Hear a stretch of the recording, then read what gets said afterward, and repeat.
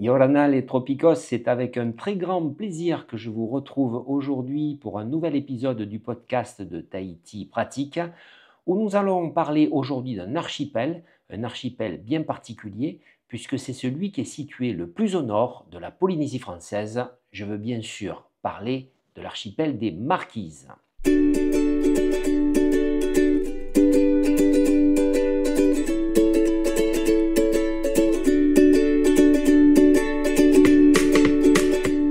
Cet archipel, on pourrait le définir comme un joyau sauvage du Pacifique. L'archipel des Marquises, souvent surnommé la Terre des Hommes, est l'un des trésors les plus préservés et spectaculaires de la Polynésie française. Composé de 12 îles volcaniques, dont 6 sont habitées, cet ensemble insulaire se distingue par sa beauté sauvage, sa culture riche et son patrimoine exceptionnel. Avec son éloignement géographique, il est situé à près de 1500 km au nord-est de Tahiti, l'archipel des Marquises offre une expérience unique aux voyageurs en quête d'authenticité. Des vallées luxuriantes aux falaises vertigineuses, les Marquises sont une destination idéale pour les amoureux de nature, de randonnée et d'histoire polynésienne. Alors l'histoire, justement, parlons-en. Eh bien, les Marquises ont été peuplées dès le XIIe siècle par les Polynésiens qui ont développé une culture unique faite de tatouages, de sculptures et de chants traditionnels. De plus, le tatouage marquisien, reconnu mondialement, raconte l'histoire des individus et reflète leur statut au sein de la société. L'archipel a également attiré de célèbres artistes et écrivains, dont Paul Gauguin et Jacques Brel, qui ont passé leurs dernières années à Hivaoa. Leur héritage est encore bien vivant aujourd'hui et les visiteurs peuvent visiter leurs maisons et leurs tombes situées à Atuona. Voyons maintenant les 6 îles habitées des Marquises. Et tout d'abord, Nukuhiva, la plus grande île.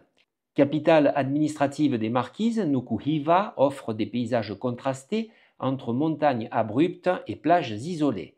Parmi les sites emblématiques, citons la baie de Taiohae, où s'ancre la majorité des voiliers, la vallée de Hakaui, qui abrite la plus haute cascade de Polynésie, la cascade de Vaiopo, 350 mètres de haut. Et enfin, le site archéologique de Kamuihei, riche en pétroglyphes et vestiges anciens.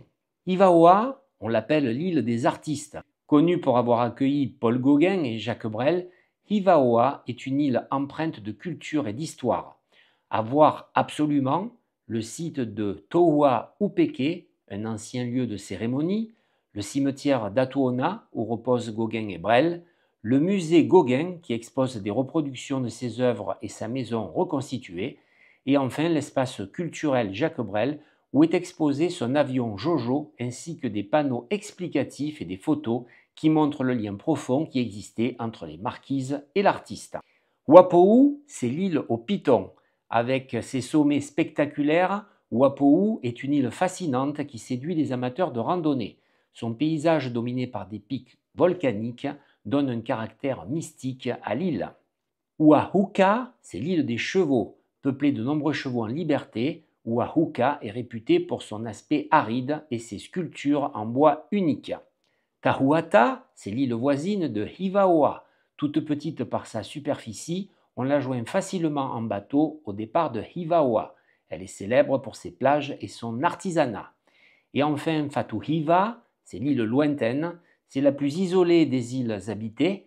Elle est appréciée pour ses paysages luxuriants et ses traditions bien préservées.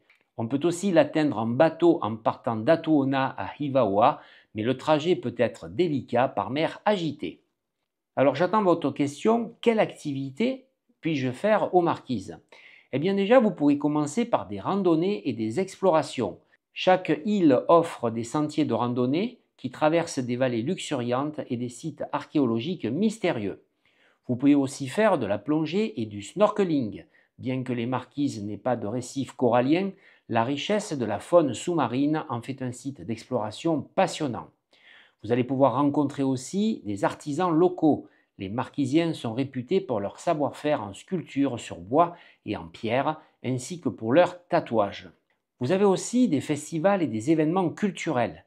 Assister à des spectacles de danse et de chant traditionnels est une expérience inoubliable. En outre, Le Festival des Marquises est un événement culturel majeur qui a lieu tous les 4 ans, un peu comme les Jeux Olympiques. La prochaine édition aura lieu du 14 au 18 décembre 2025 sur l'île de Oahuka.